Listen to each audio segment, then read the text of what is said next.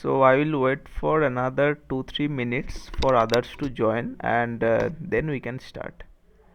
I hope it's fine for you.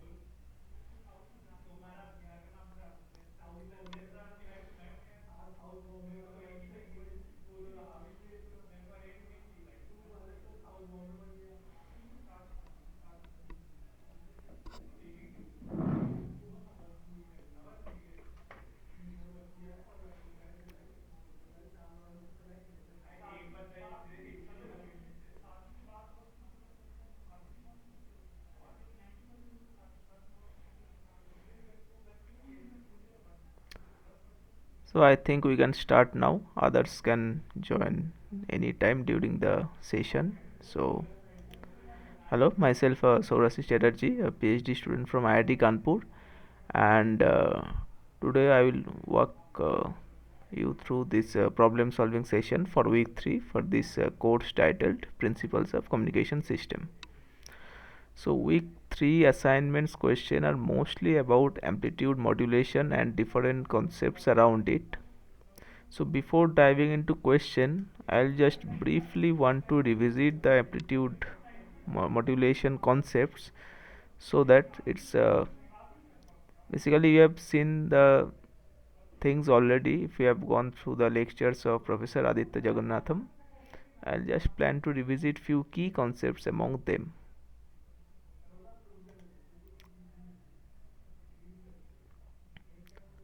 So let us start what we mean by amplitude modulation.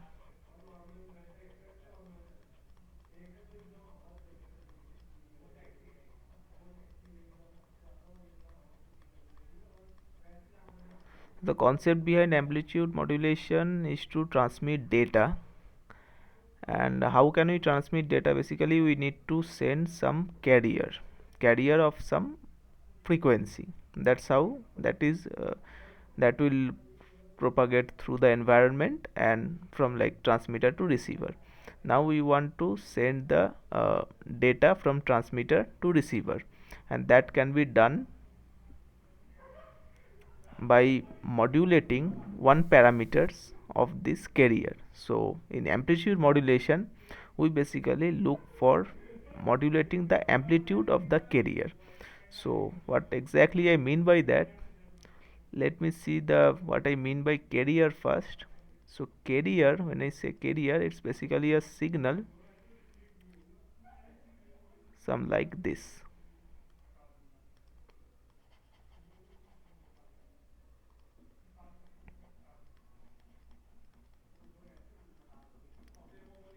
So when I see carrier, when I say carrier, I mean by this. So this AC is the amplitude of the carrier, and FC, this is the frequency of carrier.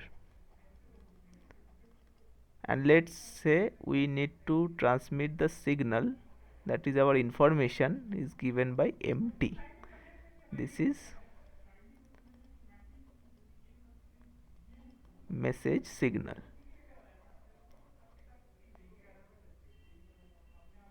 that we want to transmit. So this message signal intuitively need to modulate some parameters of this carrier, and in amplitude modulation we are targeting this amplitude of the carrier to modulate. So it's the idea is something like that. We will embed this message signal in the amplitude of the carrier and we will transmit them. So let's see the math first, and then I will try to geometrically explain how it's possible. So mathematically, the amplitude modulated signal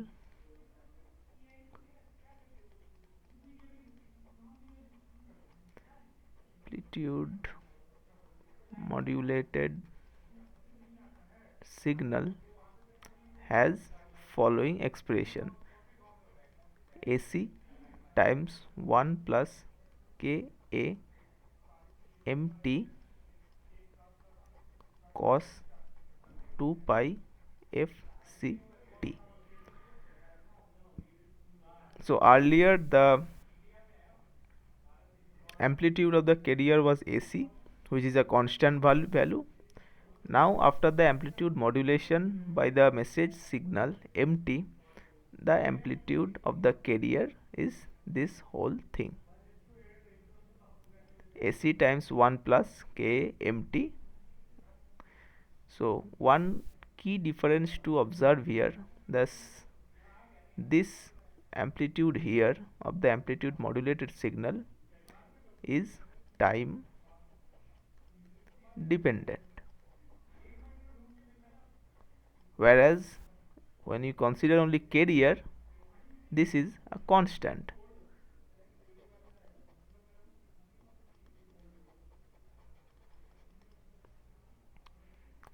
And here amplitude modulated signal, what is there is one restriction, that let's say MT have following form: AM cos 2 pi fmt. So we are basically considering the message also as a sinusoid of frequency FM, and for amplitude modulation what we require, that FM should be much less than FC.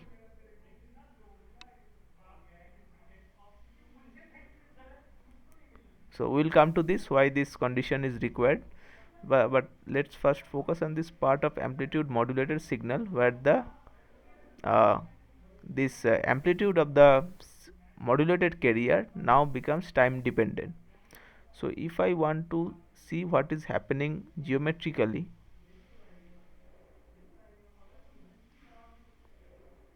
let's try to plot the signal across time.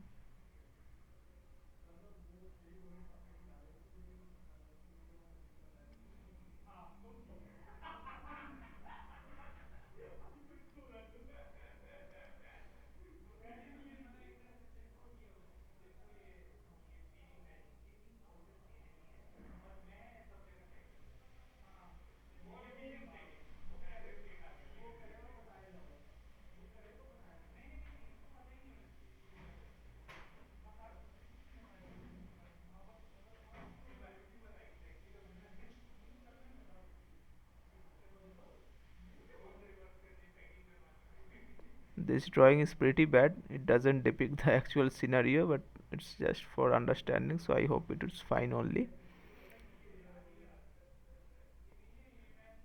And for just comparison, I'd like to draw the carrier, unmodulated carrier.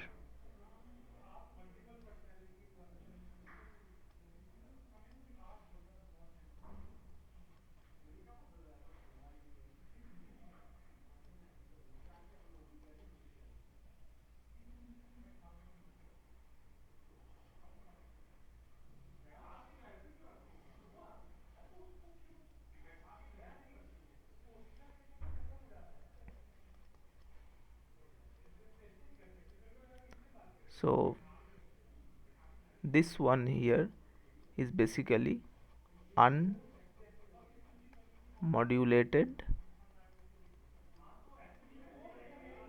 carrier, and this one here is modulated carrier.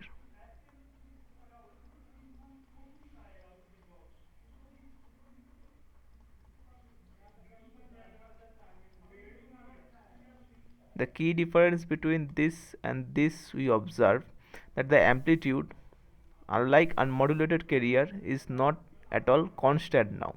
It is also varying with time. So this, if we take these peak points of the modulated carrier, we can see we are obtaining a signal like this. I don't exactly say it's signal. Basically, we see a time varying amplitude here. So this is what we call as envelope. An envelope is this part, AC 1 plus KAMT. Okay, I didn't mention what Ka is. Is basically represent the amplitude sensitivity. So you can say what is happening. We have an unmodulated carrier that we are using for the purpose of transmission of message signal MT. So what we plan, we embed this message signal MT into the amplitude of the carrier.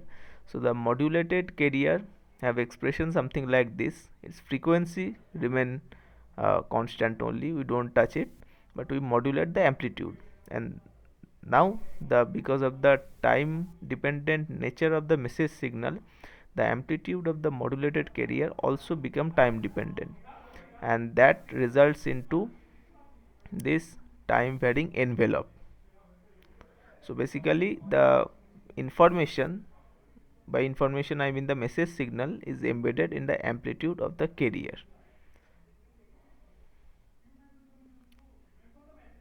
So this is the basic idea behind the amplitude modulation.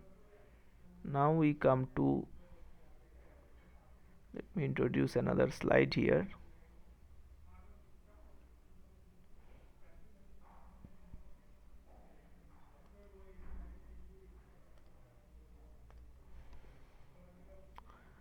Now we go back to math a little bit. The expression is AC plus 1 plus KA MT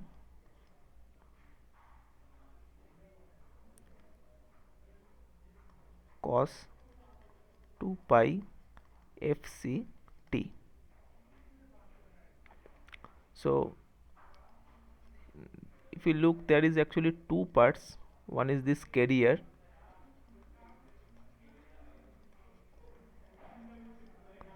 and the second part is AC KA MT cos 2 pi FCT. So this part is somewhat redundant to us. So this does not contain any information, and this part is of interest to us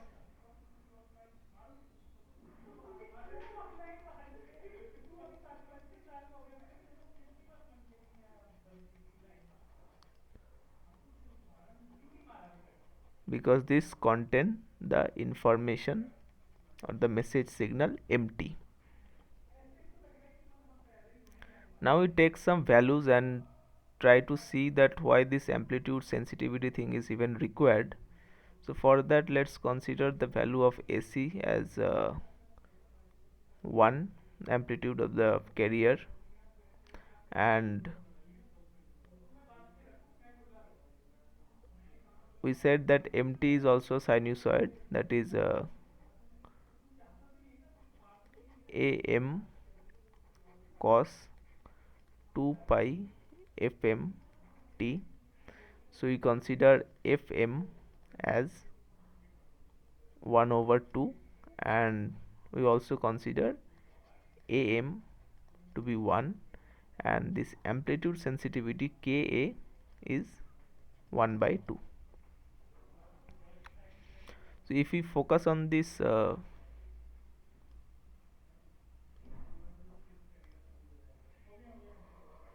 amplitude part here, that is AC times 1 plus K A M T, this in our case becomes 1 plus 1 over 2 cos 2 pi FM, FM is 1 over 2, so cos pi T.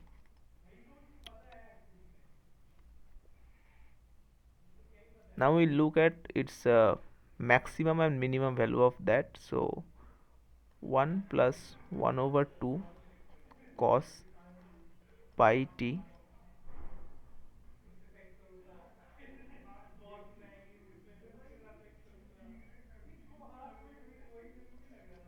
max value of this is 3 by 2, and this is achieved when T is equal to 0.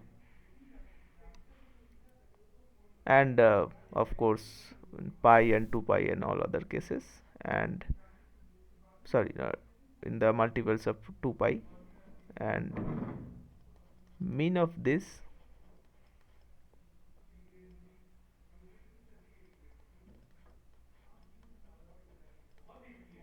is given as 1 over 2. But we can say in no cases AC 1 plus Ka MT, this amplitude is always positive. So this envelope here, what I have drawn, always remains positive, that the value is greater than 0, and that is ensured by this amplitude sensitivity Ka value 1 over 2. Now if we pick some another arbitrary amplitude sensitivity Ka is equal to 3 by 2, then what will happen? This expression here, that is 1 plus 1 over 2 cos, so it will be 3 by 2 now,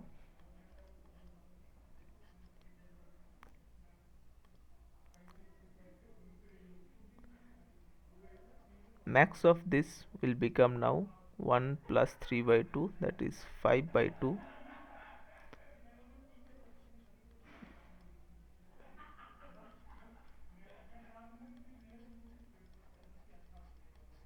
but minimum of this will now become cos pi T minus 1, the minimum value, minus 3 by 2, 1 minus 3 by 2, they will become negative. And now this will cause trouble for us, because now for this value of amplitude sensitivity 3 by 2, this envelope here can take negative value. Now I just like to draw another plot to why it's creating problem. So before that, I briefly say that this envelope actually contains the information. Envelope contains information. So basically we need to track this envelope to demodulate what the original message signal MT is, because this is proportional to MT only. Now what happens when amplitude sensitivity value is somewhat higher and your envelope value becomes negative, what will happen then?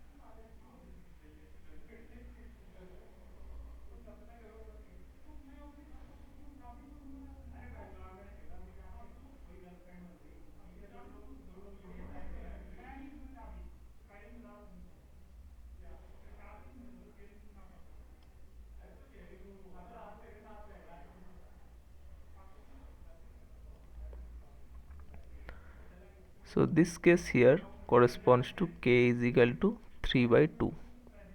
So we can see at this point envelope is going negative, right? Envelope is going negative.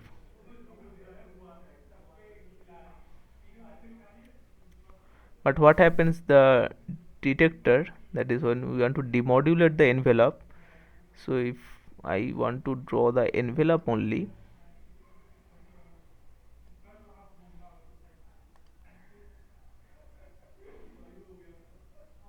I want to track this envelope.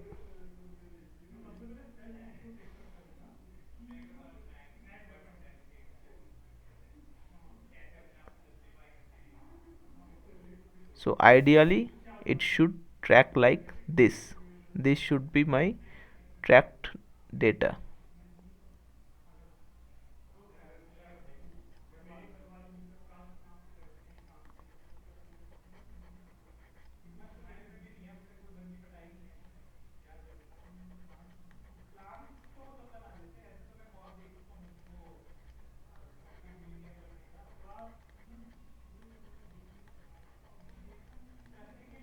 Because this is what my message signal is, this information I need.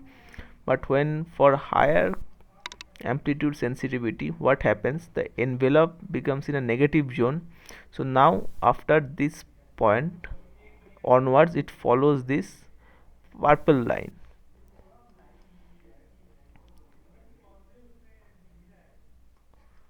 For higher amplitude sensitivity, envelope tracking goes wrong.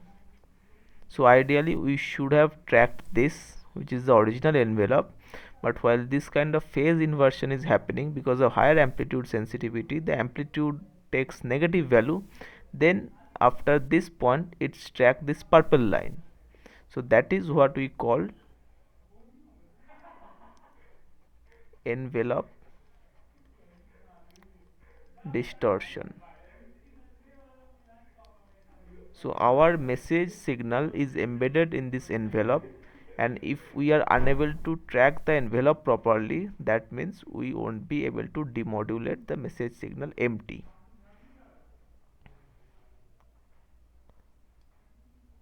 So we can see intuitively that what will require for the correct demodulation, for proper demodulation,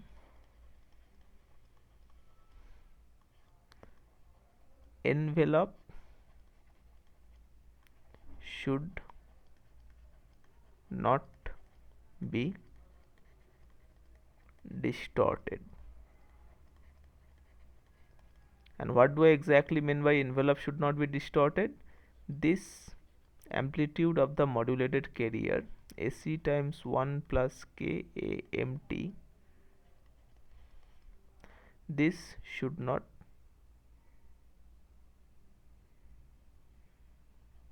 be negative. This should always be greater than 0. And when will this criteria being fulfilled?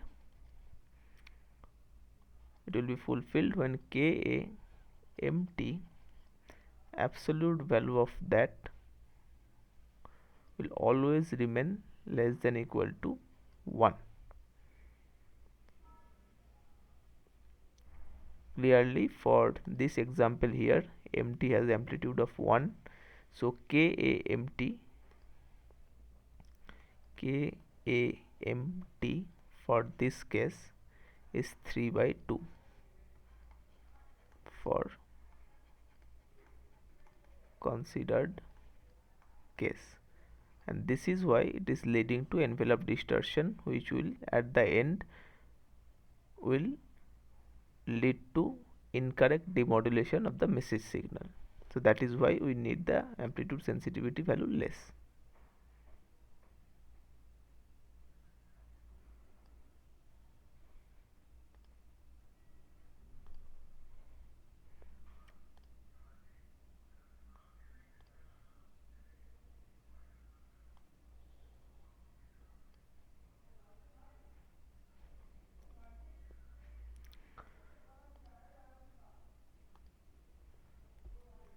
So with this idea, let us move to our first question. It is asked that the modulation technique in the signal xt is equal to this is which one of the option is correct. So that's pretty easy to answer actually. We know the answer to this already from this explanation or from the course. So xt is equal to AC 1 plus Ka mt cos 2 pi fct. So this is what ordinary amplitude modulation technique is.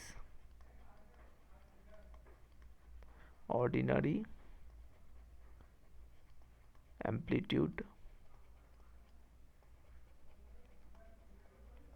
modulation technique.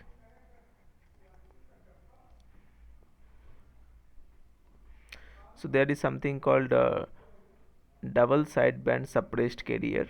So what it means by suppressed carrier, actually we'll come to that point also later, that you can see that in this ordinary amplitude modulation we have already seen that we have this redundant part here, that is the carrier part, which contains no information. So if we are transmitting something which doesn't carry any information and we are basically using our resources, in this case which is a power, so basically our efficiency is low. So that is a problem with ordinary amplitude modulation technique, that its efficiency, the maximum efficiency that can be achieved is pretty low. That is where the slightly more sophisticated modulation schemes comes into picture, that is a double sideband suppressed carrier. So we'll discuss later with some example. So basically what is happen in DSB-SC, this carrier part, that is a redundant information part, that is kind of missing, so that we don't use resources on something that doesn't carry any information for us.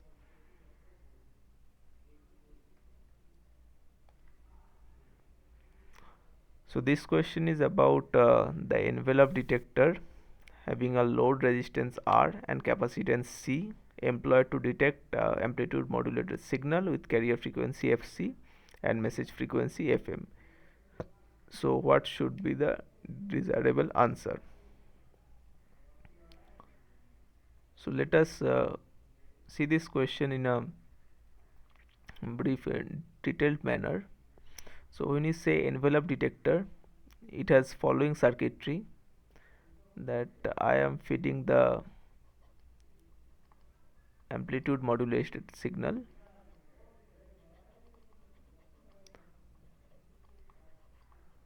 to to the following circuit. We have a diode here,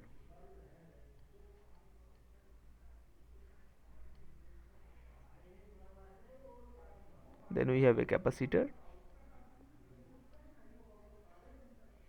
and in parallel to capacitor we have a resistor. That is a very simple circuit,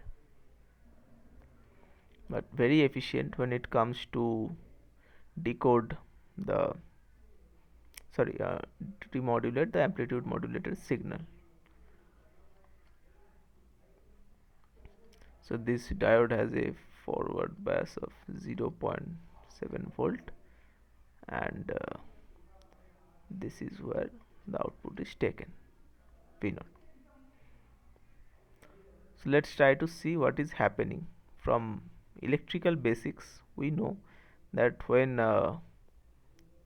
V in minus V naught is greater than VAV, that is for simple diode it is 0.7 volt, what will happen? This is the first case. The capacitor C charges to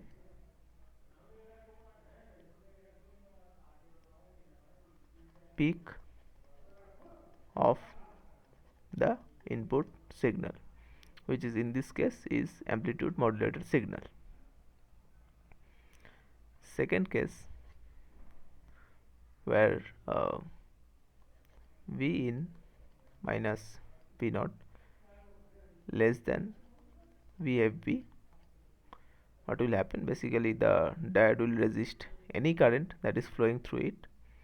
So this entire part would virtually be disconnected from this capacitor, and capacitor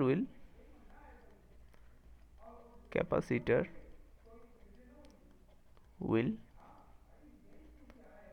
discharge through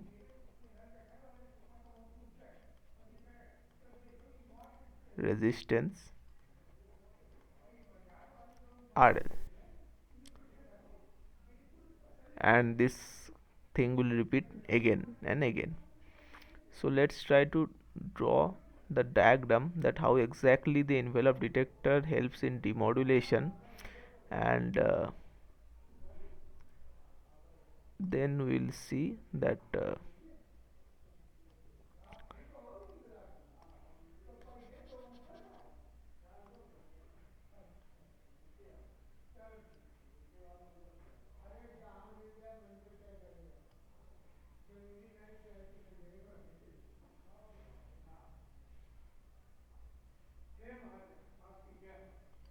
so let me draw the envelope first.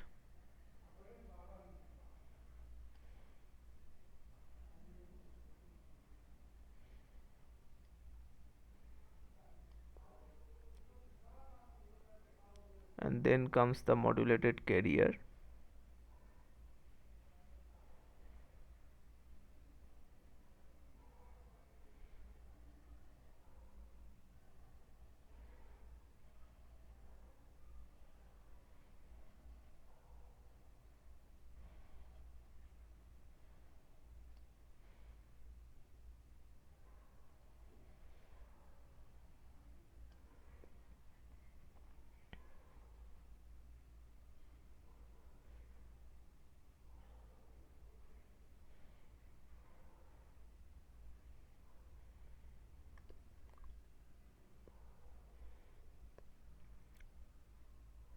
So this is the amplitude modulated signal, this red one here. So what happens when it's greater than this V naught? It will the capacitor voltage, the V naught is the capacity voltage across the capacitor. So when this amplitude modulated signal amplitude is more than this capacitor voltage, then this capacitor voltage will charge till the peak of this amplitude modulated signal, that is here.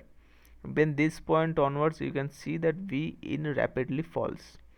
So now V in is less than V naught. So this part is disconnected.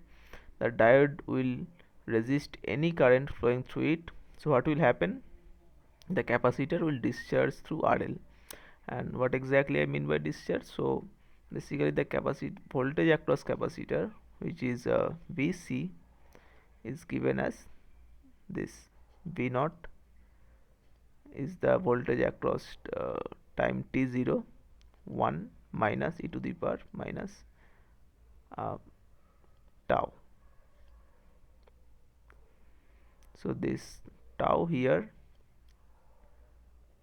tau is time constant of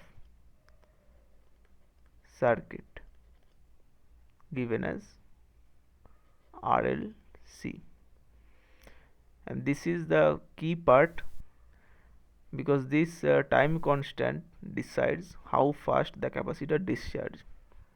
So ideally what happens is this, suppose the capacitor charges to the peak of amplitude, the AM signal, and then this point onwards V in rapidly falls. So this part is disconnected. Now capacitor discharges up to this point. Now it comes at this point, V in is again greater than V naught. So then what happens? Then again capacitor charges to the peak here. Then the same cycle repeats. It discharges, then it again charges, then discharges, and these things repeating. So you can see this approximately following the envelope. So this is here represent the voltage across capacitor V naught, which closely follows the envelope.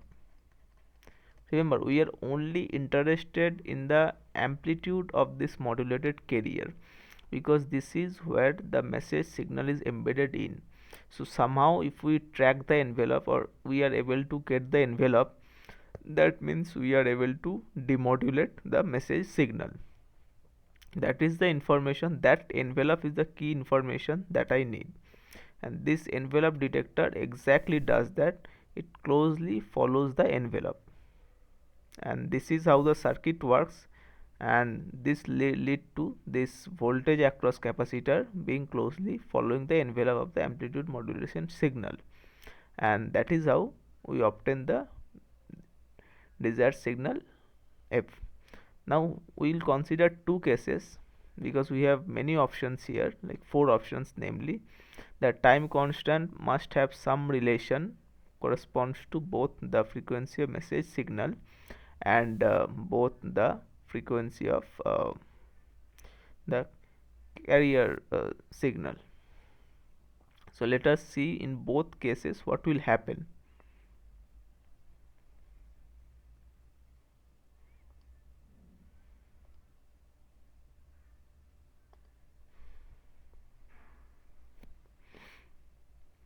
So before that, I want to point out one key thing about frequency. This basically shows that how fast the signal changes with respect to time. So basically, higher the frequency is,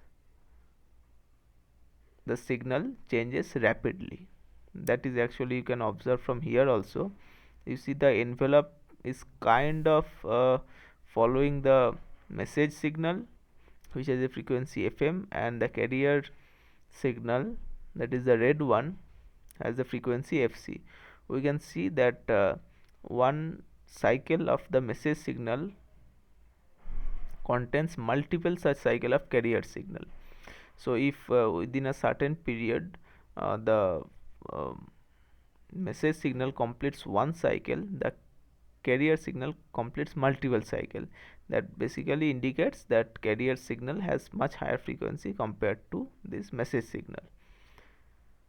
And one more thing, this time constant time constant tau is equal to RL times C decides how rapidly capacitor discharges. If the tau value is very high, that means the capacitor discharges rapidly, and if the tau value is low, that means capacitor discharges relatively uh, smaller rate. I guess I made a mistake here, which is it should be not 1 minus tau, it should be V naught times e to the power minus tau. Sorry about this mistake. E to the power minus tau.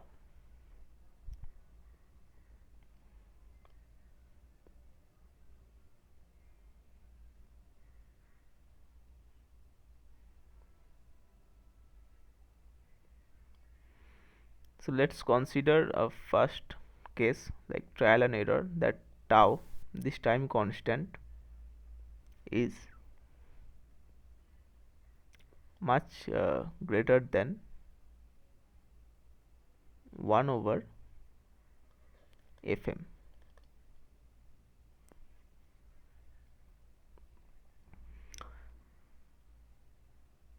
So what will happen in this particular case?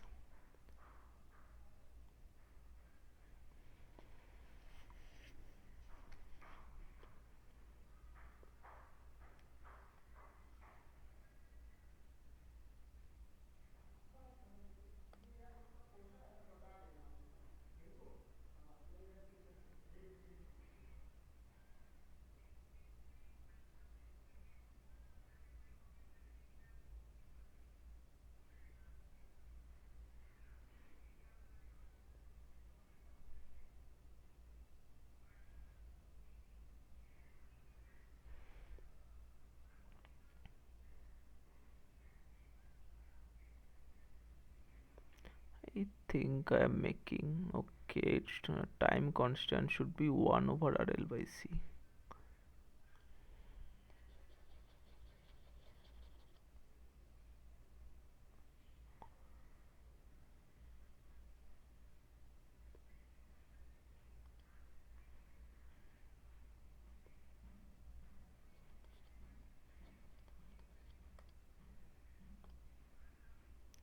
So tau here is 1 over RL by C. So that basically means if RLC value is higher, then time constant is low. That means capacitor discharges at a relatively lower rate. When RLC value is low, time constant is high. That means the capacitor discharges rapidly.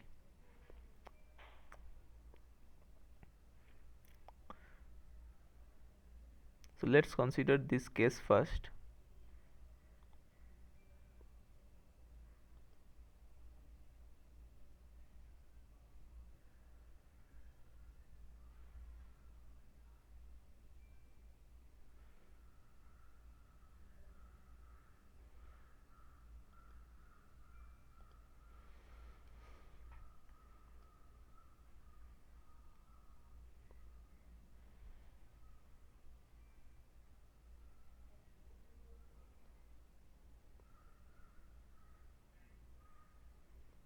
Okay, am I doing something wrong here?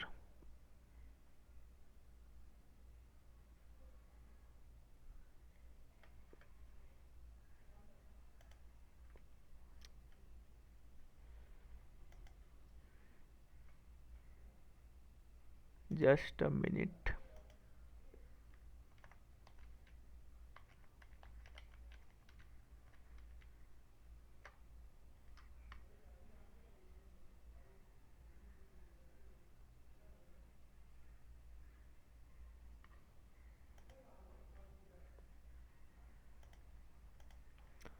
Okay, I was wrong. I made the error the second time. The tau is indeed RC only.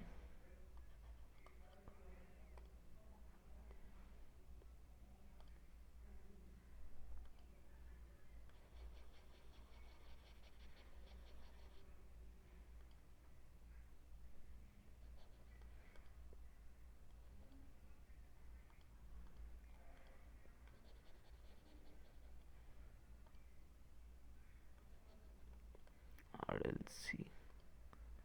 Okay. So what happens when tau is much greater than 1 over Fm? So in that case, we'll have this following envelope tracking.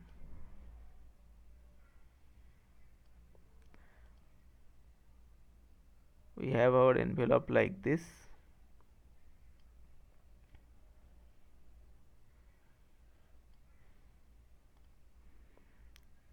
Our modulated carrier as follows.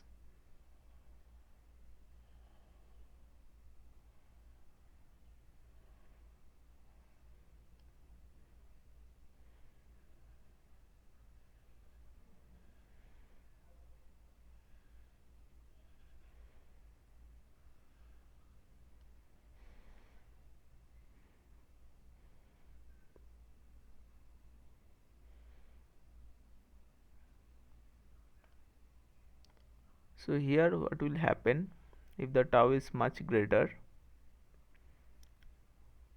than 1 over Fm? Sorry, tau is we should consider the case when tau is much lesser than 1 over Fm. Then the discharge will happen very slowly. Basically it's something like that. It charges to the peak and it almost discharges very less, and then charges to this point and then discharges like this,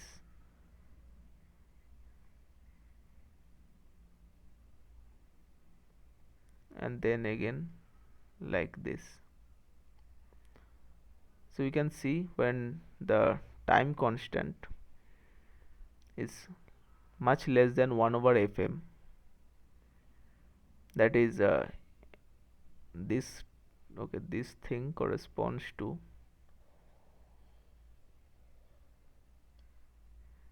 the fact that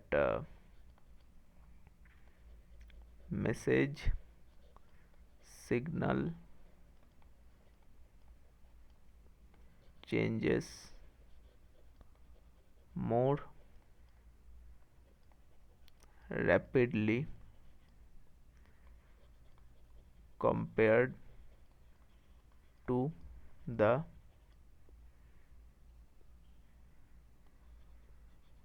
capacitor discharge rate. So in this case what will happen, in this particular case what is happening, the detector will be unable to track the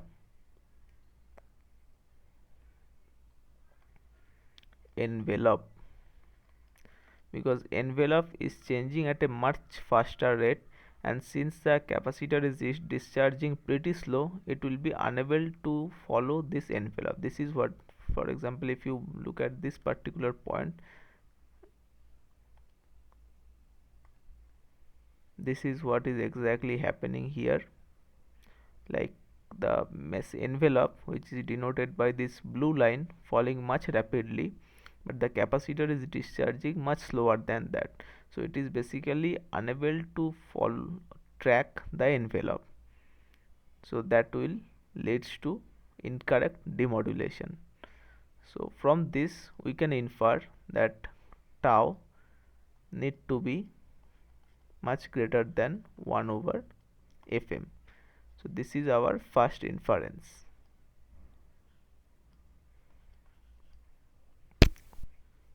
Now we consider another extreme, which is this case this one is this, we cannot allow that. And next we consider this extreme where tau is much greater than 1 over fc. So this part here, what it says basically, that capacitor discharges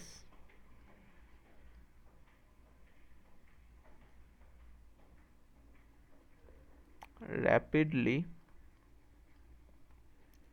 compared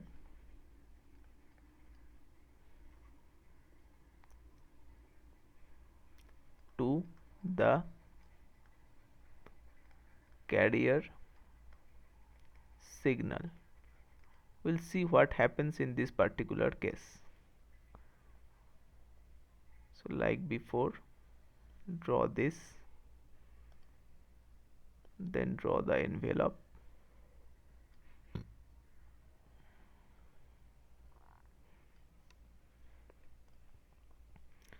then draw the modulated carrier,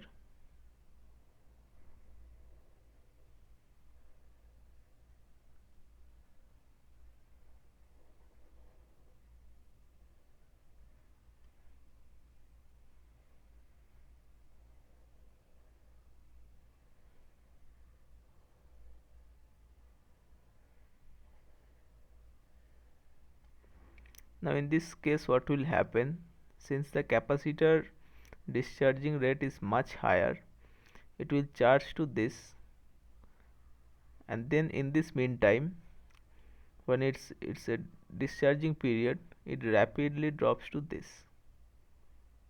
By this point again the forward diode diode would be active, so it will again charge to the peak value of m, and then again discharge rapidly to this point, because now its time constant value is very high. So it will follow somewhat of this sawtooth kind of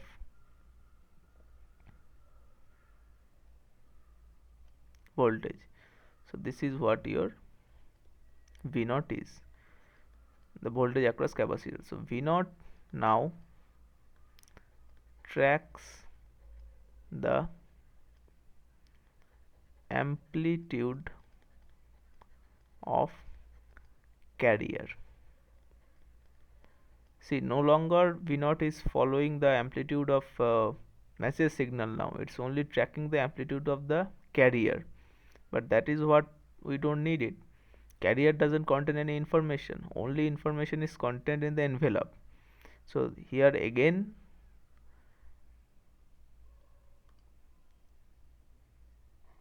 the detector is unable to track the envelope. The same thing happening here also. So we cannot afford to have this tau greater than 1 over fc, where capacitor discharges so rapidly that it starts tracking the amplitude of the carrier itself instead of tracking the this envelope. So from here we can refer that tau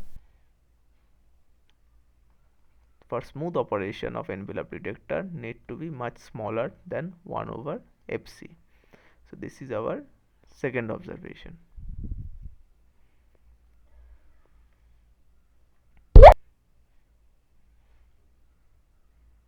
Now we go back and check the options we have.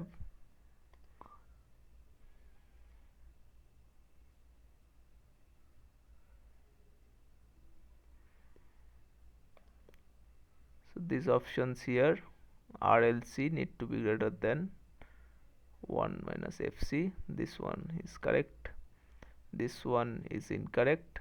It need to be much greater than 1 over fm to smoothly track the envelope. This one here also doesn't hold any significance, and nor does this.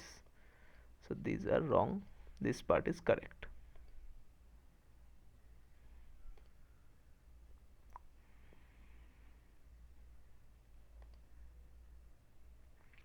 So we next move to this question where it is asked that xf is denote the Fourier transform of signal xt. So what should be the spectrum of xt multiplied by a complex sinusoid? So if you go for the expression of Fourier transform, we'll see that xf is given as xt e to the power minus j 2 pi ft dt integral minus infinity to infinity. We can apply the same brute force technique here and obtain the expression. So let us try that. So now instead of xt, we are feeding xt times e to the power j 600 by t. So this new thing we call xf dash, which is minus infinity to infinity xt e to the power j 600 pi t times e to the power minus j 2 pi f t dt. So this is x dash f. Now we can merge these exponentials. We'll have xt times e to the power minus j 2 pi f minus 300 t dt. Now if we compare this expression here with this, we'll see is nothing but the frequency variable changes from f to f minus 300. This one is here x minus 300 here.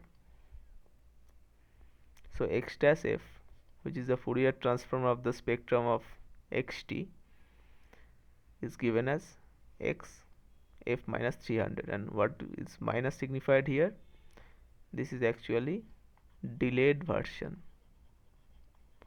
Delayed version, and delayed version corresponds to shift to right. Now this is a brute force approach. While this might be easy for this kind of simple function, this kind of approach might not be feasible for every kind of signal. So we can see it as a, like for example, xt e to the power j 600 pi t. So what if we look at the operation closely, what is happening here? We are multiplying a time domain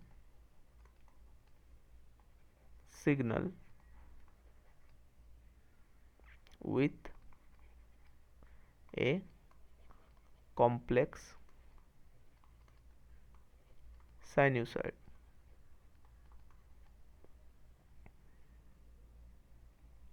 So what will happen in frequency domain? This operation you perform in time domain. Here you multiply a signal with a complex sinusoid. This is a time domain operation here. Time domain. What is the impact it's going to have in frequency domain?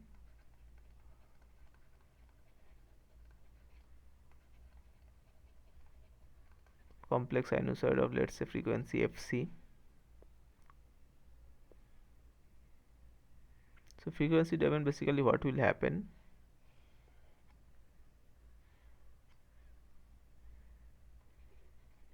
Spectrum of xt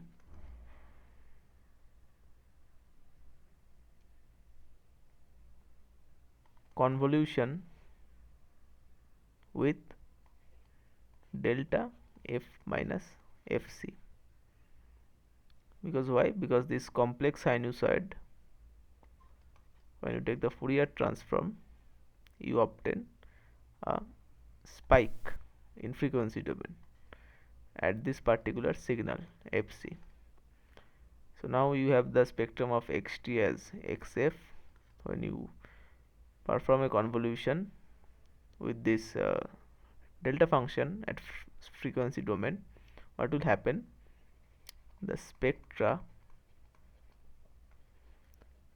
shifts right by the frequency of complex sinusoid. So this is, you can smoothly move between time domain and frequency domain. Perform some operation in the frequency domain, you can have the corresponding impact in the time domain. What is happening in time domain? You are multiplying a signal with a complex sinusoid with a frequency of fc. In frequency domain, what you need to do, you basically need to pick the spectra of the original signal. You need to convolve with the delta function at that particular frequency of the sinusoid. So that is what happening here. So the answer is x f shifted to right by 300 hertz, this one.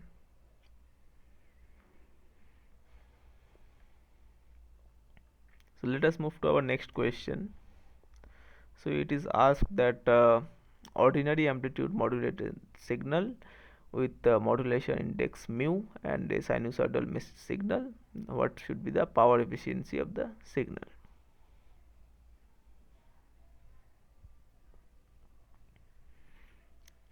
So this question actually is a great point to emphasize the need for DSB-SC, that is a double sideband suppressed carrier. That why we exactly need to move towards DSB-SC. What is the problem fundamentally with amplitude modulation? So for that, let us write the ordinary amplitude modulated signal, that is have this following expression: AC 1 plus Ka mt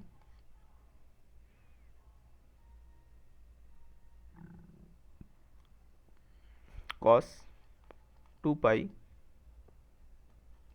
fct.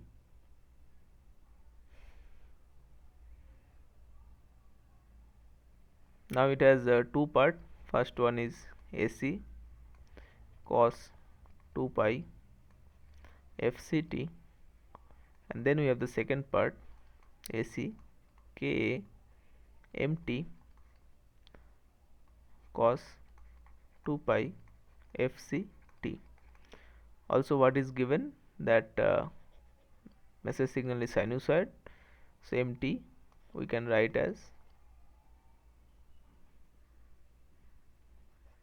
am sin 2 pi fmt.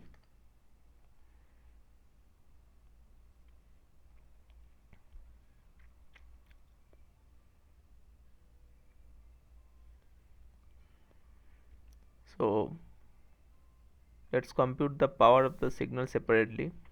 First compute what is the power of this one here. So average power of this sinusoid here is easy to obtain. It is actually 1 over 2 AC square. Second, we have this part. So this is amplitude sensitivity. This is message signal.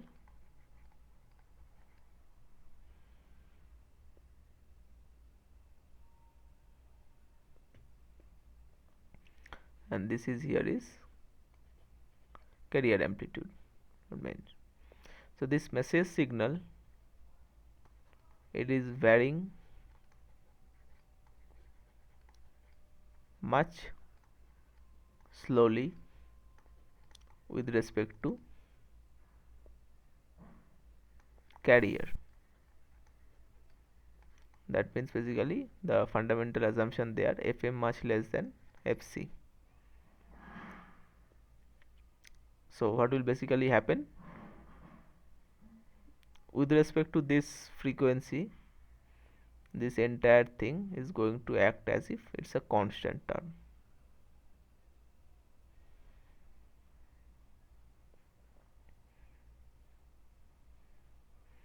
Now what should be the power of this entire term? This AC times Ka times mt cos 2 pi fct.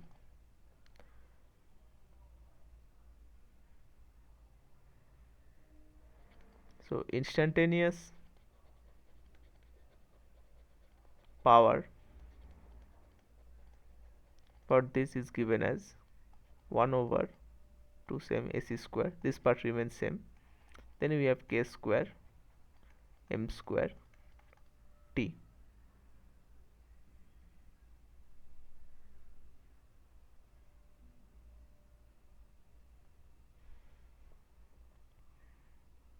And we pick this expectation of m square t as the power of message signal pm. So what we end up with 1 over 2 AC square k square pm.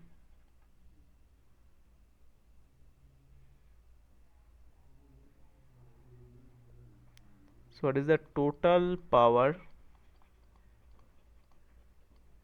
contained in m signal?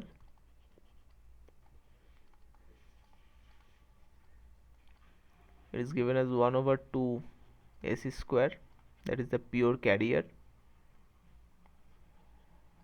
This part is pure carrier. The second part is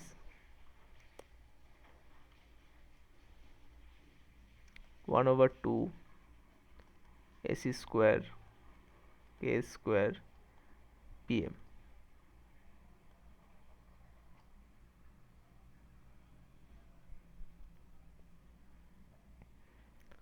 This one contains information.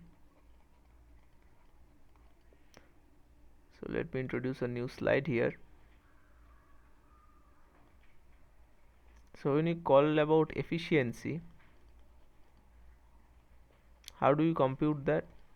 We know that in the denominator the total power is going to come. This is the total power spent behind the amplitude modulated signal in ordinary amplitude modulation. Now what will happen in the numerator? So we need to pick the only power that is useful to us, and we already discussed that this part contains no information.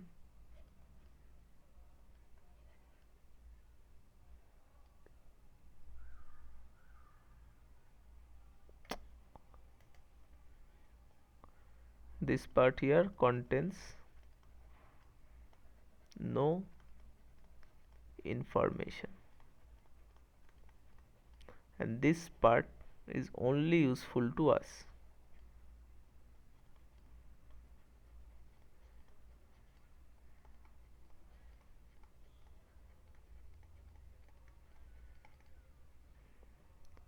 So therefore our efficiency is going to be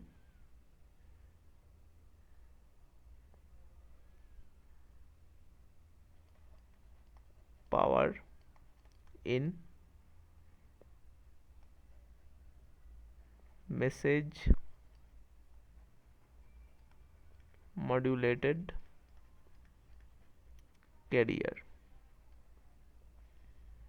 that is 1 over 2 AC square k square pm by 1 over 2 AC square 1 plus k square pm.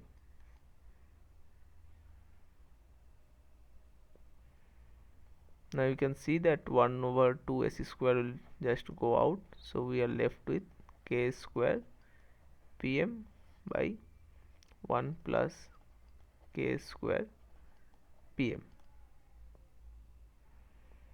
Now comes the part mentioned in the question that mt is a sinusoidal signal, so we are going to pick this expression for mt. So if mt is am sine 2 pi fm t, then the power of m, being a sinusoid signal, is going to be half of am square.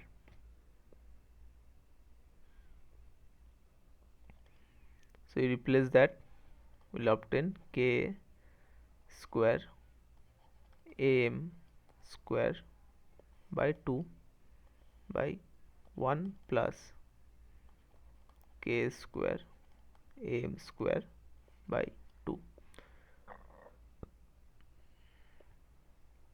Now this k, we know what it is.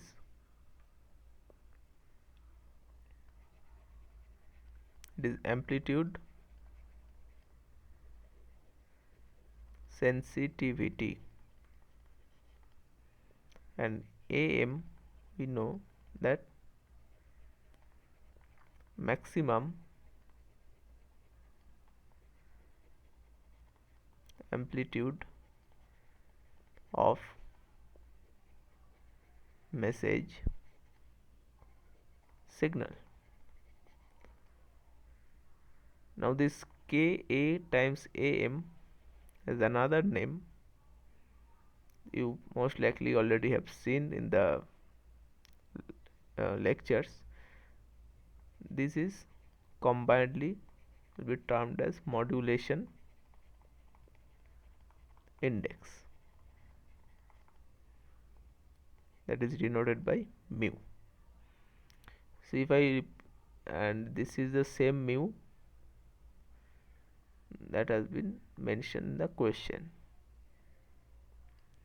So modulation index expression is obtained as when you multiply the amplitude sensitivity with the maximum amplitude of the message signal, we obtain what is called modulation index. So from here we obtain mu square by 2 divided by 1 plus mu square by 2, which would result into mu square divided by 2 plus mu square.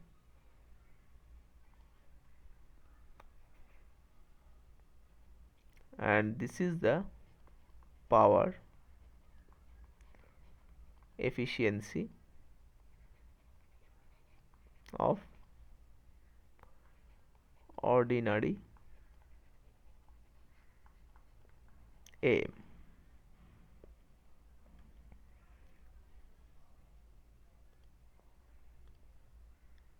Now I would like to take a brief time here to introduce one more thing that we have already seen in earlier slide here, that to ensure that there should not be any envelope distortion, we need to have this thing k times mt, and actually didn't mention here, it should be max, should be less than equal to 1, and actually this is not the exact way of writing, so let me modify this a bit here.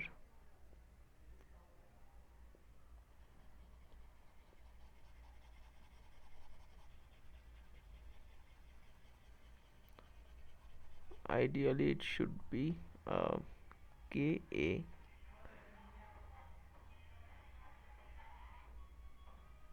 absolute value of min of mt, absolute value, this should be less than equal to 1, and this we have seen now, this is nothing but the modulation index, and this should always be less than equal to 1 to ensure proper demodulation of the message signal that we have already seen. So we have two observations here. One is to ensure no envelope distortion, we should have modulation index less than equal to 1.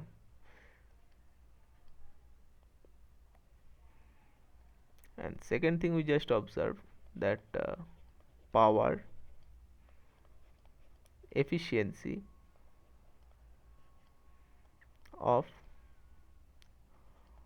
ordinary AM is given as mu square by 2 plus mu square. Now if I combine them, what inference we can get from here?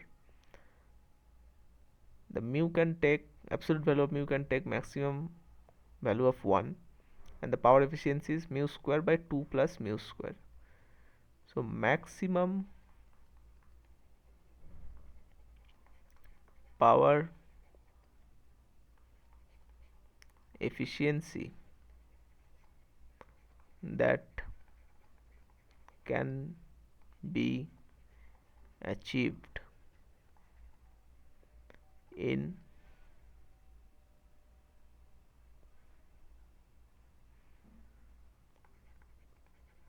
ordinary AM is only, you replace mu with 1 over 2 plus 1 1/3, that is merely 33%.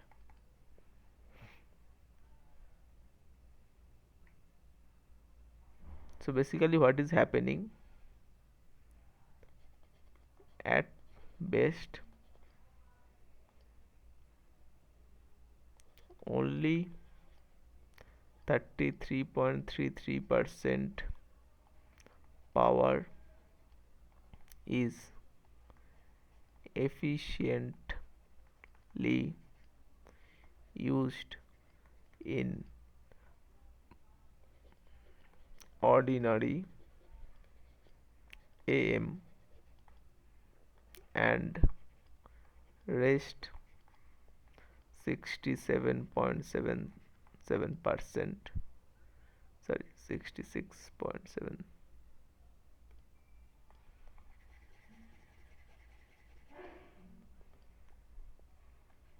66.67% power is wasted. And that is, we are talking about the best case, when the modulation index is 1. At the best case we can only efficiently use 33% of the entire power, while 66.67%, that is the 2/3 of power, is kind of wasted. And why it is wasted? It's basically wasted on the carrier signal, which carries no information. So that is the principal drawback of ordinary amplitude modulation scheme, that motivates the researcher to go for something called double sideband suppressed carrier, where basically the carrier is the main culprit, which carries no information but need a lot of power. So the idea behind DSB-SC, or double sideband suppressed carrier modulation scheme, is that you basically suppress the carrier. So let us take this opportunity to briefly discuss what DSB-SC is before solving few questions on ordinary amplitude modulation. So basically this motivates researchers to look for more power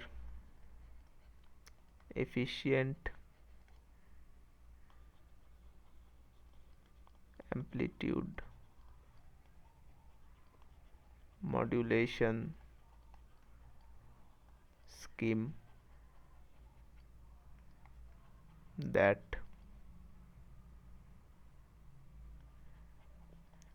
suppresses the carrier.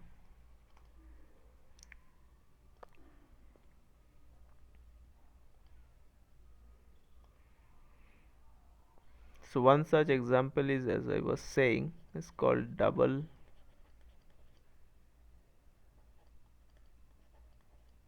sideband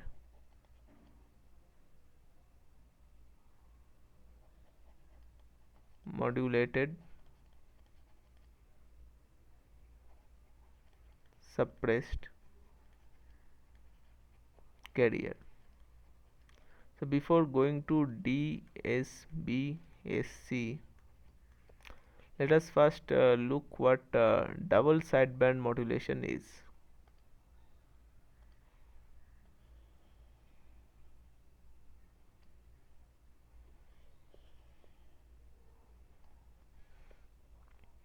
So mathematically we can write the double sideband modulation as xt is equal to AC mt cos 2 pi fct. Now the striking difference with ordinary AM here is in AC there is a AC times 1 plus k mt. Here is no that one part is missing. So first thing we observe from here, there is no pure carrier. So the pure carrier part is missing. So basically this one, if we move to this slide here, this part, that is the characteristics of ordinary AM, this part is missing in double sideband modulation. Basically we have suppressed this carrier.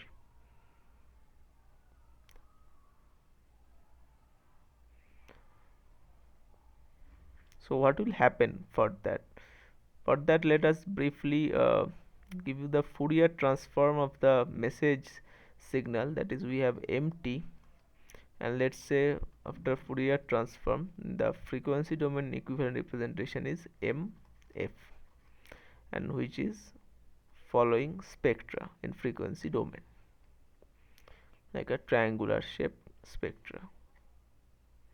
The bandwidth, of course, is fm. This is what mf is. This is spectra of message signal. So you can see this is here. We just saw a similar kind of example, that here a scaled version of message signal is multiplied with this sinusoid. So this sinusoid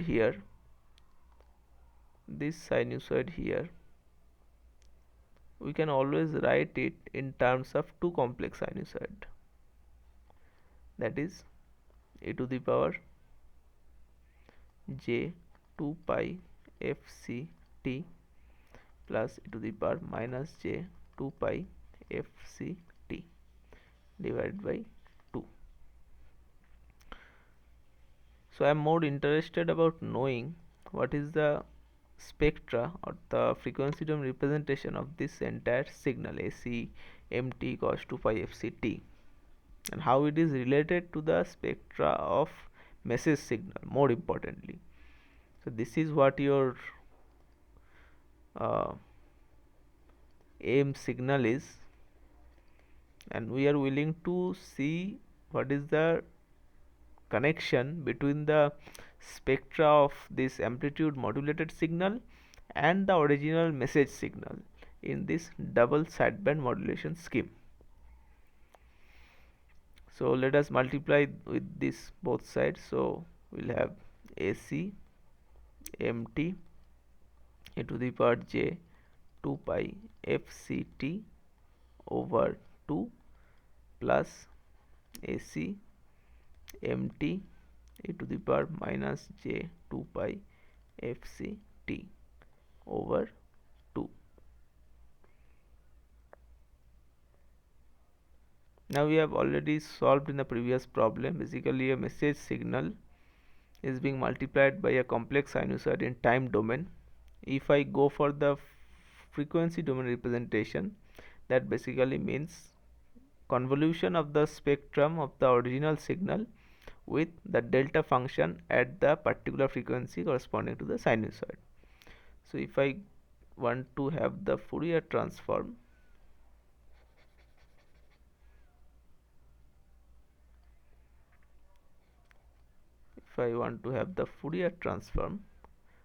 I will have the follows.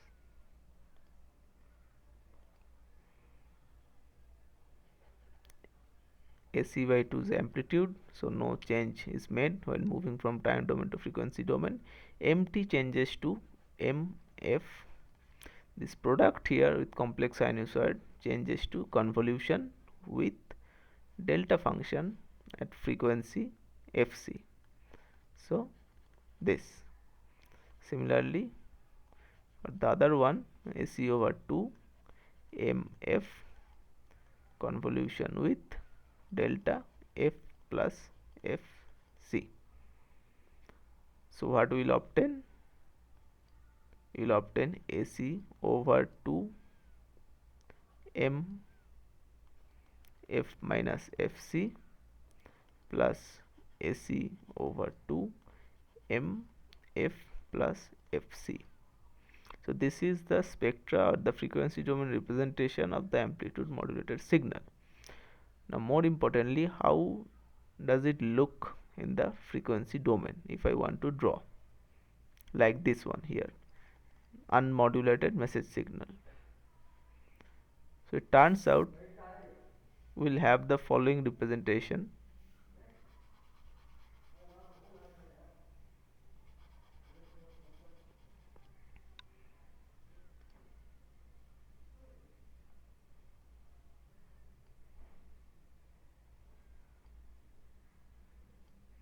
We'll have this original spectrum shifted by amount of Fc on the right, and plus Fc means basically advanced version. On the left hand side we have to shift by Fc. So this base here earlier at 0, so now this base is shifted to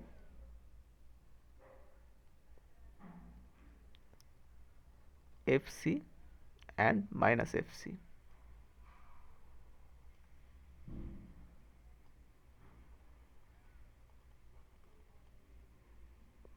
So this is Fc plus Fm, this is Fc minus Fm, this is minus Fc plus Fm, this is minus Fc minus Fm, and the amplitude is given by this one is here AC over 2 MF minus Fc F plus Fc, sorry, and this is AC over 2 MF minus Fc. So basically what is happening in double sideband modulation, you have an unmodulated signal MT, which is a baseband signal, that is its frequency component based around 0 frequency and with a bandwidth of with maximum frequency of FM. Now you modulate the signal with the carrier frequency, amplitude modulation, basically modulate the amplitude of the carriers with this message signal. So what is basically happening, you are having the shifted spectrum of the original message, where the base is shifted to the frequency of the carrier, where the bandwidth of course remain intact. So this is what the spectrum of double sideband modulated suppressed carrier. You can see that carrier is not exactly present, that is in amplitude modulation. I haven't shown it explicitly, but there is a spike around here at Fc, which corresponds to the complex sinusoid at Fc, which is not present here. So the carrier is suppressed and you obtain the shifted spectrum of your original message signal.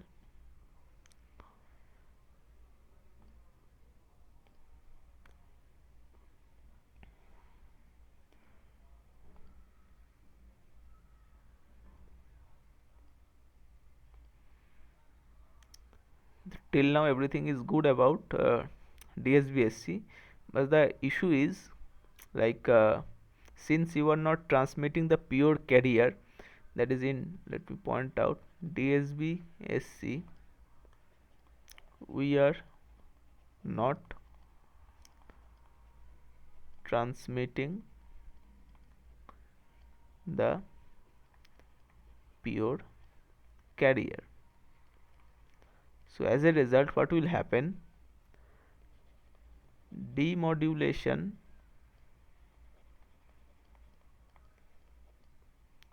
requires coherently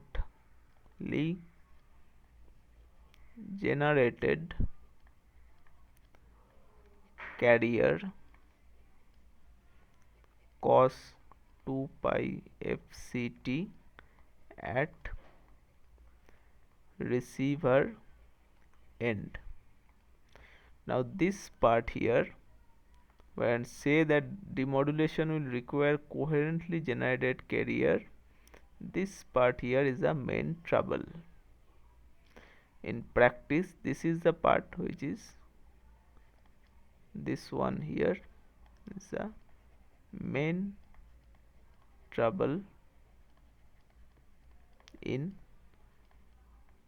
practical wireless system. When you are transmitting this ordinary amplitude modulated signal, you have this main drawback that the power efficiency is very low even at the best case. But one benefit you have there, since you are transmitting the pure carrier, you need not have the uh, uh, exact carrier information at the receiver end. But now in double sideband modulated suppressed carrier, you have suppressed the carrier, so you are not transmitting the pure carrier anymore. But the demodulation of the signal will require coherently generated carrier cos 2 pi fct exactly at receiver end, and that is what is going to cause trouble for you. In practice, it is very difficult to obtain.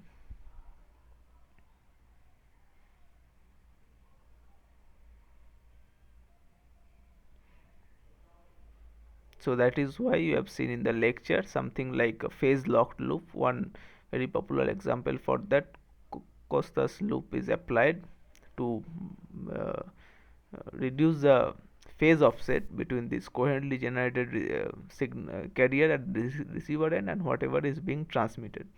And this arises because, I'll try to briefly explain here, that you have a transmitter, you are transmitting something at receiver, it's reaching here. So let's say the distance is d. So if you transmit xt here, what will received here is a delayed version of that signal, and here tau is the time required for that signal to travel this distance d, which is given by d over c. C is the speed of light. The electromagnetic wave moves at the same speed. So this is why what you are transmitting was xt uh, ac mt cos 2 pi fct, but at the receiver end what you are going to receive is x t minus tau, that is ac mt cos 2 pi fct is there. There will be another term 2 pi fc tau, and this term is going to cause phase offset. This we call as phi. I am not showing the detailed derivation here because that has already been done in the lecture. What key message I would like to point out here, that it's very difficult for receiver to track this phi. This one important thing is very difficult for the receiver to track this phase offset. We have to use something called Costas loop, the kind of phase locked loop, where the phase of both the transmitted carrier signal and the carrier generated received signal, there is very small or not at all any phase mismatch between them.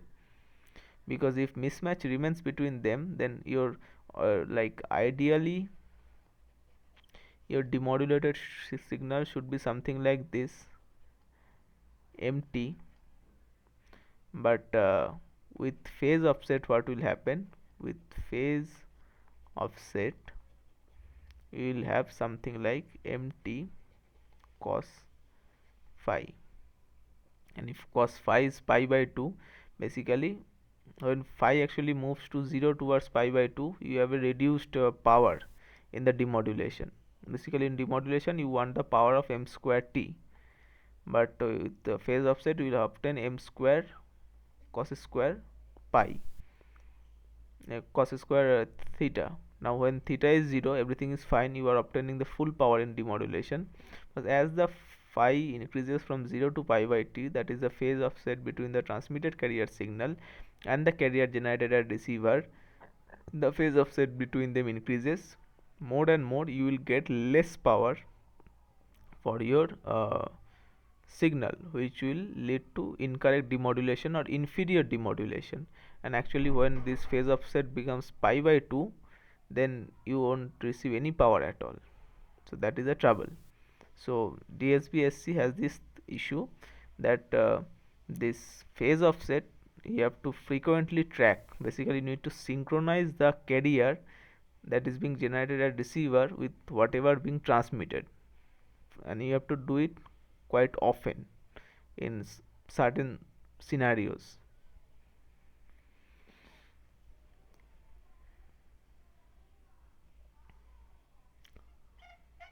So we'll discuss more on this if we have time, but first let us solve few problems. So this is a message signal, sinusoidal message signal, sin 20 pi ft, fine. Carrier frequency is given as 5 kilohertz. You can see the message frequency is barely 10 hertz here, and the carrier frequency is 5 kilohertz, almost 500 times, and the carrier amplitude is 10. So the question is, with 50% modulation, what is the approximate power efficiency of the AM signal? So when basically it says that some q percentage of modulation, that is equivalent to saying q by 100 is the modulation index. Modulation index. So we have already gone through the detailed derivation. What will happen, like the power efficiency expression, power efficiency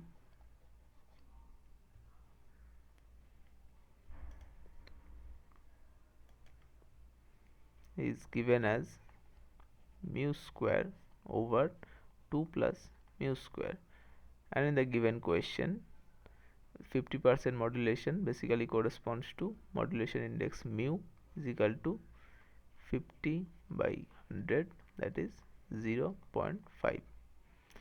So power efficiency in percentage should be like this. So you replace the values, 0.5 whole square, 2 plus 0.5 whole square into 100. Here we will get 0.25 multiplied by 25 here, and here we will get 2.25. So if I do the division, I will get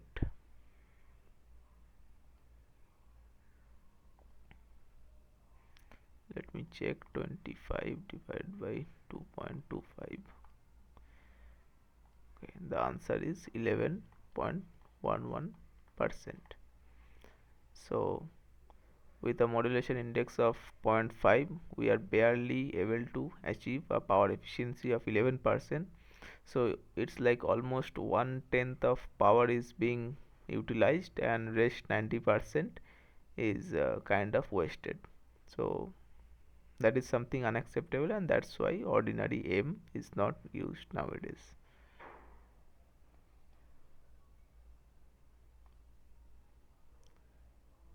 Next we have this problem, similar ordinary AM signal expression. Now it is given the power efficiency is given as 1/9 and total power is given as 1. So it asks basically the expression for AM signal. Okay, so it basically asks for A's and K's. Fine.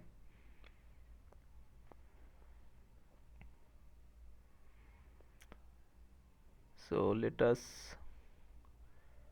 write the expression first. A1 plus K sine 2 pi fm t cos 2 pi fct.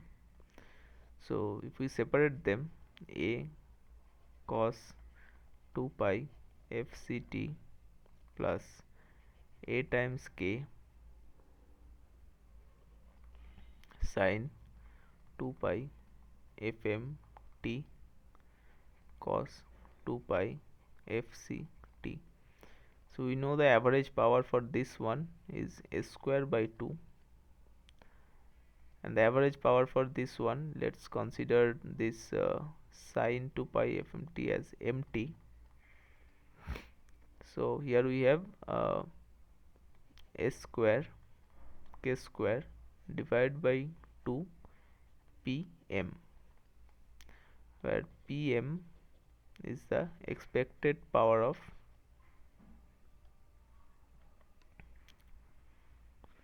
signal, mt square, where mt is given as this sinusoid of unit amplitude, that is 1 over 2.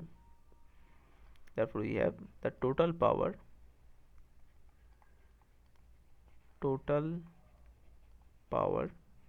s square over 2 plus s square k square over 2, and pm is 1 over 2, so 1 over 4. So this is my total power.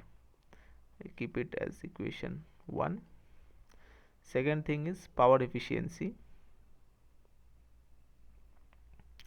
So power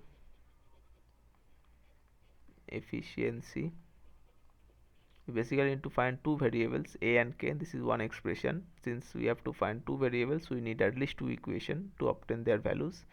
So power efficiency expression is given as basically this one is the useful part, message modulated signal, useful, and this part is the pure carrier, which is redundant. So power efficiency, we know s square k square pm over 2 divided by s square by 2 plus s square k square pm by 2. We put the value of pm 1 over 2. What we obtain is k square divided by 2 plus k square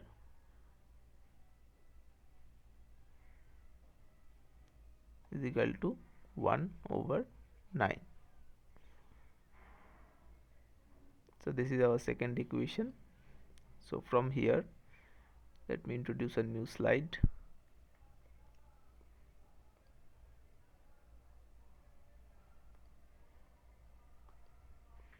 So we have two equations. One is s square by 2 plus s square by k square by 4 is equal to 1, and another is k square divided by 2 plus k square is equal to 1 over 9. This is 2.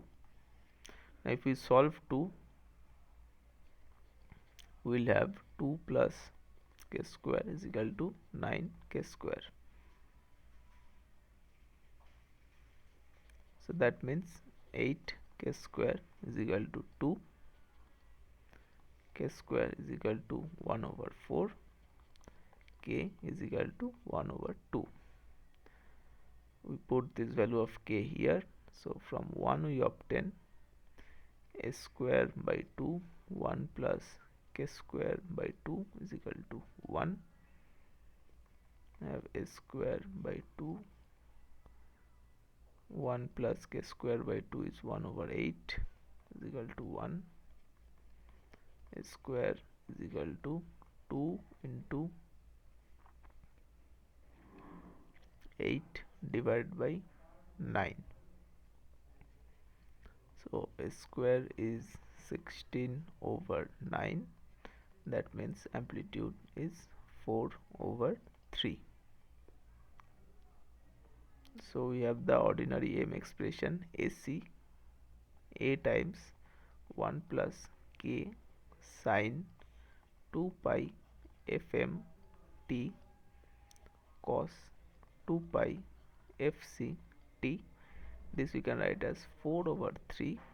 1 plus K is 1 over 2 sine 2 pi Fm T times cos 2 pi Fc T.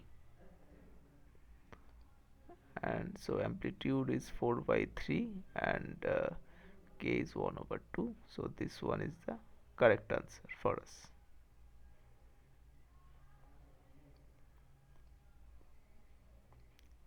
So let us move to our next question, which says that the output voltage V2 of a nonlinear device can be expressed in terms of input voltage V1. So input output relationship is given as V2 is equal to A1 V1 plus A2 with V1 square. So it's a non-linear relationship because of this quadratic term. So let me write down the relation here. V2 T is equal to A1 V1 T plus A2 V1 square T. So this is a non-linear relation because of the V1 square T term. So that is why it's a non-linear relation. Now A1 or A2 are constants. Now we consider an input voltage V1 defined as some AC cos 2 by FCT plus MT, where MT is the message signal of bandwidth W and AC cos 2 by FCT is the carrier wave. Fine. The output is fed to the input to a filter tuned to FC. So what is the amplitude sensitivity of the M signal thus generated with carrier frequency FCT? Fine. So let us first try to find what is V1 is given as V1T is given as AC cos 2 pi FCT plus MT, and V1 is fed to this nonlinear device. So what is the V2 you have to find first. So V2 is A1 times AC cos 2 pi FCT plus MT plus A2 times AC AC cos 2 pi FCT plus MT whole square of that. So here we obtain A1 AC cos 2 pi FCT plus A1 MT plus A2. Here we will have A2 square cos square 2 pi FCT plus 2 AC MT cos 2 pi FCT plus M square T.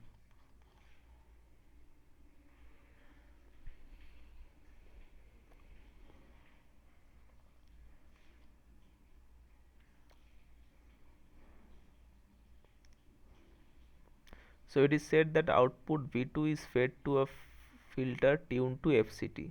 So the filter is something like this.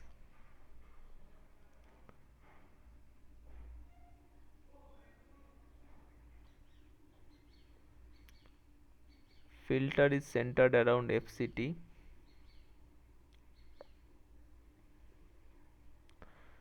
So we need to find the signal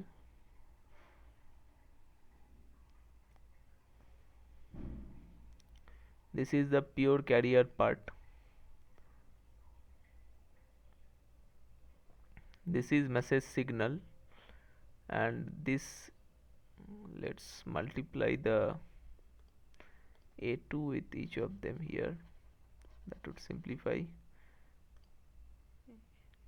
A2 here, A2 here, and A2 here. So this corresponds to a spike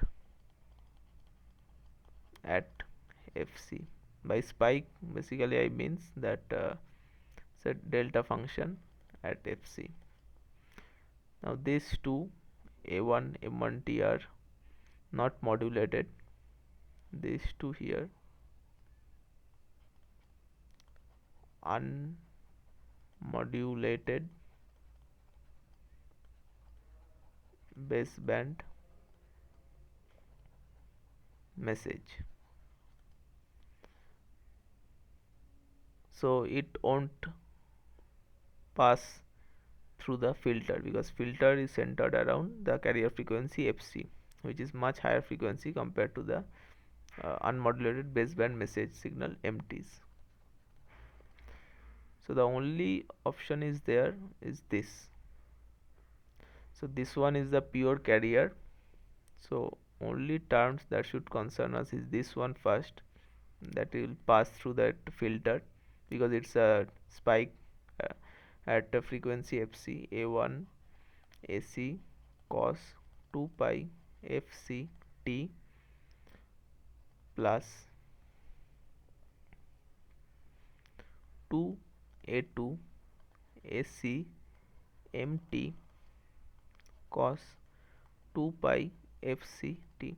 By the way, if we look at this term also, actually this can be written as cos 4 pi Fct minus 1 divided by 2. So this corresponds to a delta function. Let me point it out. This corresponds to delta function at f minus 2fc, twice the frequency.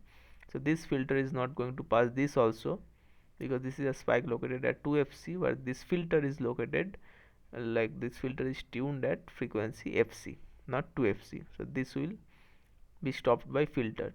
So the filter will stop this.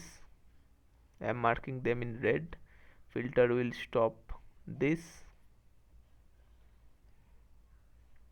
and the filter will also stop this, because these three signals are nowhere near to the frequency Fc. Only this one will pass, because this is a delta function at frequency Fc exactly, and this is the amplitude modulated signal that will also pass through. These are basically the we have seen that DSB-SC kind of thing, where the spectrum of MT shifted at frequency Fc with some bandwidth. So this tool can only pass. So this is our generated amplitude modulated signal. Now let us rearrange it a bit. So we have at the end A1 AC cos 2 pi Fc t plus 2 A2 AC mt 2 pi Fc t. Now let us write in the standard ordinary amplitude modulated signal form, that is AC A1 AC, the amplitude part 1 plus 2 A2 divided by A1 mt 2 pi Fc t. Now we compare it with the standard form here, that is A plus 1 plus K A mt 2 pi Fc t. This one is amplitude sensitivity when you write the amplitude modulated signal, ordinary AM signal, in its standard form. So therefore, if we compare this and this, what we can see, that for our particular case, this term here 2A2 over A1 is what matching with the amplitude sensitivity term. So this one is amplitude sensitivity 2A2 over A1. So this first answer is the correct one. The M signal that is being generated by passing through this filter, this signal V2, the amplitude sensitivity of the generated M signal is 2A2 over A1.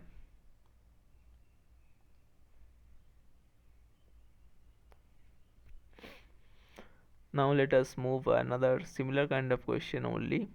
So this time it is given that power efficiency is 1 by 33 and total power is 33 by 16. So this is kind of similar to what we have observed last to last problem, like here. So actually we can directly use these formulas to solve this. So basically we have a square 1 plus k square by 2 as total power. This is total power.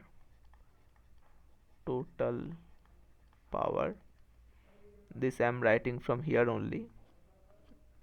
A square by 2 into 1 plus k square by 2 is equal to total power, that is given by 33 by 16. This is equation 1, and the second corresponds to the power efficiency here, k square over 2 plus k square over 2 plus k square is equal to 1 over 33. This is equation 2. So if we solve this, we obtain 2 plus k square is equal to 33 k square. That implies k square is equal to 32, 2 divided by 6, 1 over 16. That means k is equal to 1 over 4. We replace the k value here. What we will obtain? A square into 1 plus 1 by 32 is equal to 33 by 16, or a square is equal to 32 divided by 33 into 33 divided by 16.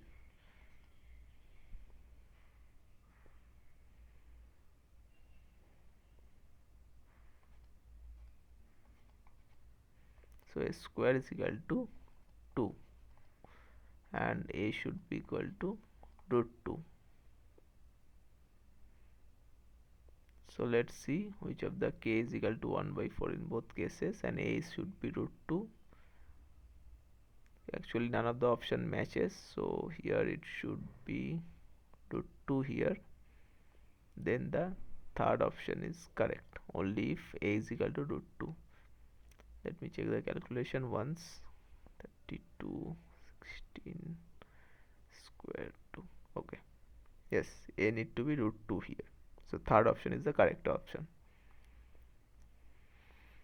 Lastly, we check the same amplitude modulation kind of question, where the message signal is again a sinusoid with a frequency of 50 Hz, that is sine 2 pi into 50 to t. Carrier frequency is 1000 kHz, carrier amplitude is 10. So with 15% modulation, what should be the approximate power efficiency? So 15% modulation corresponds to mu is equal to 0.15. Now our power efficiency is given as mu square divided by 2 plus mu square into 100. So that is 0.15 whole square of that, 2 plus 0.15 whole square of that into 100. So this we obtain, let me calculate, 0.15 square, it comes out to be 2.25 and 2.0225.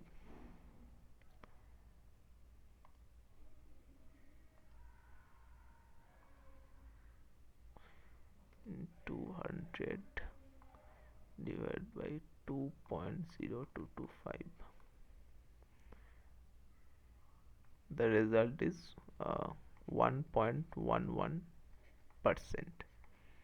So the power efficiency for the 15% modulation comes out to be only 1.11%. It's like 99% of power is being wasted, only 1% is properly utilized.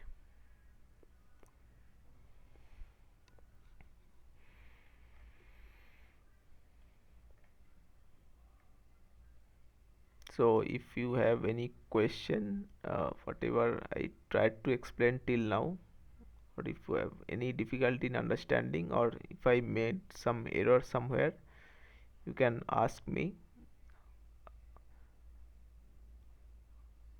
Otherwise, I plan to conclude today's session here.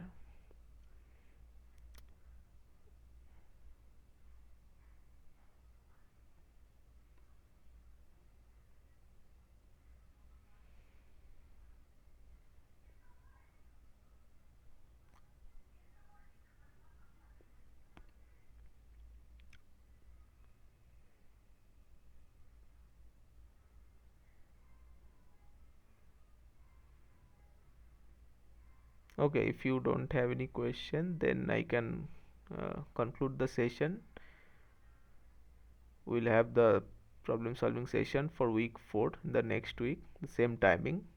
And thank you for being with me throughout the session. I'm concluding it.